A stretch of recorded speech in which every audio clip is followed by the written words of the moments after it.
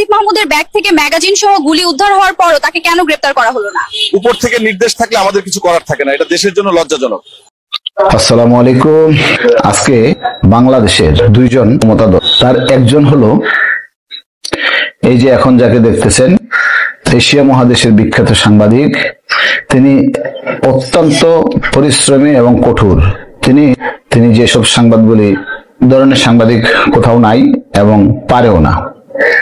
অনেক বাংলাদেশের অনেক ভালো ভালো বড় বড় সংবাদ এবং বাংলাদেশের কল্যাণের জন্য উনি অনেক সংবাদ প্রচার করেছে। তিনি একজন দেশপ্রেমিক বলতে গেলে। আমি তার নামটা বলছি, আপনারা সবাই চিনেন। তিনি হল জুলকারনাইন সায়ের খান। এই জুলকারনাইন সায়ের খান ভাই আমার চোখে একজন শ্রেষ্ঠ সাংবাদিক, পৃথিবী বিখ্যাত সাংবাদিক। ওই যে স্বর্ণ ব্যবসায়ী ছেলেটা, পুলিশ খুনি, তাকেও তিনি জোগাড় করেছেন।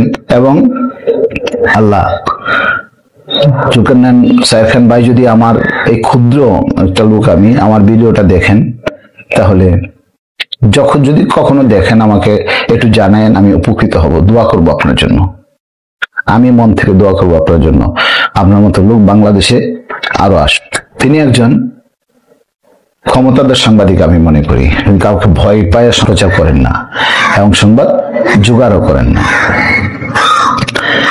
তো যাক, আলহামদুলিল্লাহ, আল্লাহ পাক জুলকারনাইন সায়ের খান ভাইকে আরো আছে, তাদেরটা পরে বলবো। তো তিনি যাকে নিয়ে এই সংবাদ করে, তিনি হলেন আরেকজন ক্ষমতাধর ব্যক্তি। আমার চোখে তার চেয়ে ক্ষমতাধর ব্যক্তি বর্তমানে বাংলাদেশে তথা কখনো ছিল না। শেখ হাসিনা বলেন, অতীতে এত বছর যত সরকার আসছে বা ক্ষমতাধর লোক আসছে, কোথাও আমি দেখি না এত বড় ক্ষমতাধর ব্যক্তি। তিনি কে, এখন তাকেও আমি দেখাচ্ছি। তিনি হলেন আপনার, তাকেও সবাই চিনেন। এখন ম্যাক্সিমাম লোক, সারা ওয়ার্ল্ড হয়তো চিনে না, বাংলাদেশের কিছু লোক হয়তো তাকে এখনো চিনেন। তিনি হলেন বাংলাদেশের সবচেয়ে ক্ষমতাধর ব্যক্তি। তার নাম হলো আসিফ মাহমুদ সজীব ভুইয়া। এত পাওয়ারফুল, এত ক্ষমতাধর, তার আশেপাশে তার নিজস্ব লোক ছাড়া কেউ যেতে পারে না। আর বাংলাদেশে তাকে একটা কথা বলার মতন, একটা কথা জিজ্ঞেস করার মতন কোন লোক বাংলাদেশে কিছুদিন আগেও জানতাম শেখ হাসিনার চেয়ে ক্ষমতাধর ব্যক্তি এই বাংলাদেশে হবে না, আসবেও না। ওবায়দুল কাদের, এই যে তার কেমন ভাইটাই যে মেয়র ছিল, এদের ধারে কাছে করে যেতে পারতো না। তো এরা এই যে আসিফ মাহমুদ সজীব ভুইয়ার কাছে বালুকণা, একদম বালুকণা, কিছুই না।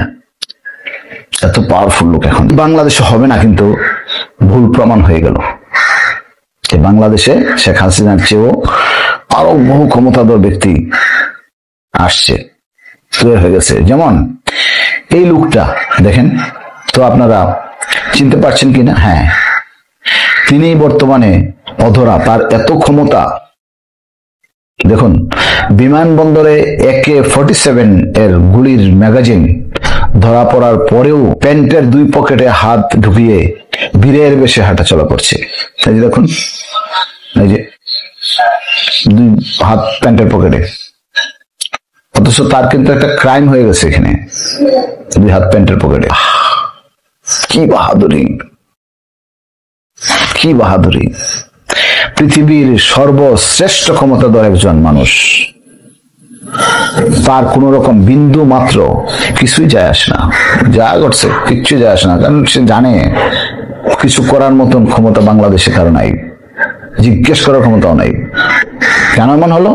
কারণ বাংলাদেশের কোন মানুষ তার ধারে কাছে যেতে পারবে না, এটা সে জানে। তাই কারণগুলি একটু বলছি। এক, আর এপিএস 300 কোটি টাকার উপরে আত্মসাৎ করে, এই ব্যাপারে তাকে প্রশ্ন করছেন কেউ?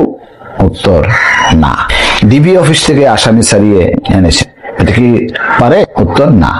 তার বাবার লাইসেন্স করা নিয়ে অনেক আলোচনা হয়েছে, সায়ের খান ভাই প্রকাশ করেছেন। 3 বদলি বাণিজ্য, বিসিবি সভাপতি, নগর ভবন। মোট কথা হলো তার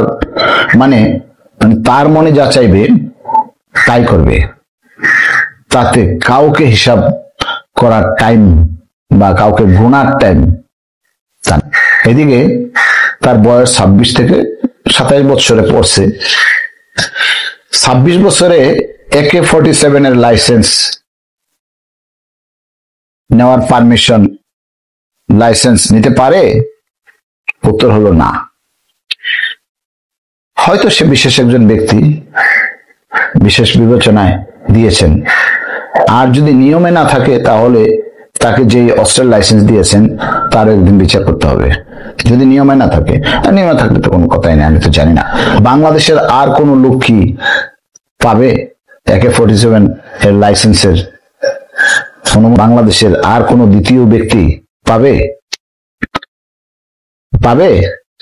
বাংলাদেশের এমন কোন দ্বিতীয় ব্যক্তি আছে যে AK-47 এর লাইসেন্সের অনুমতি পাবে?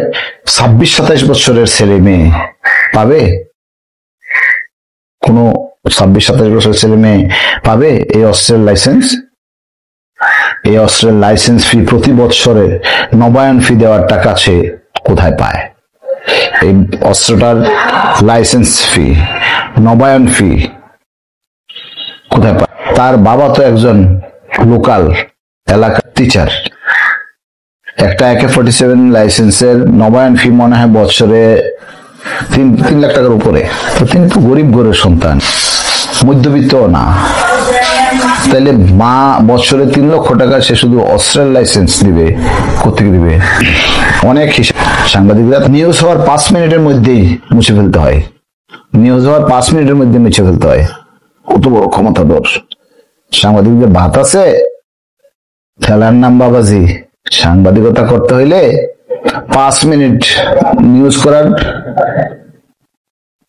2 থেকে 3 থেকে 5 মিনিটের মধ্যে মুছে ফেলতে হবে, অন্যথায় নিউজ। নির্বাচনে জিতে আসে, পার্মানেন্ট প্রধানমন্ত্রী হয়, তাহলে দেশে কি হবে?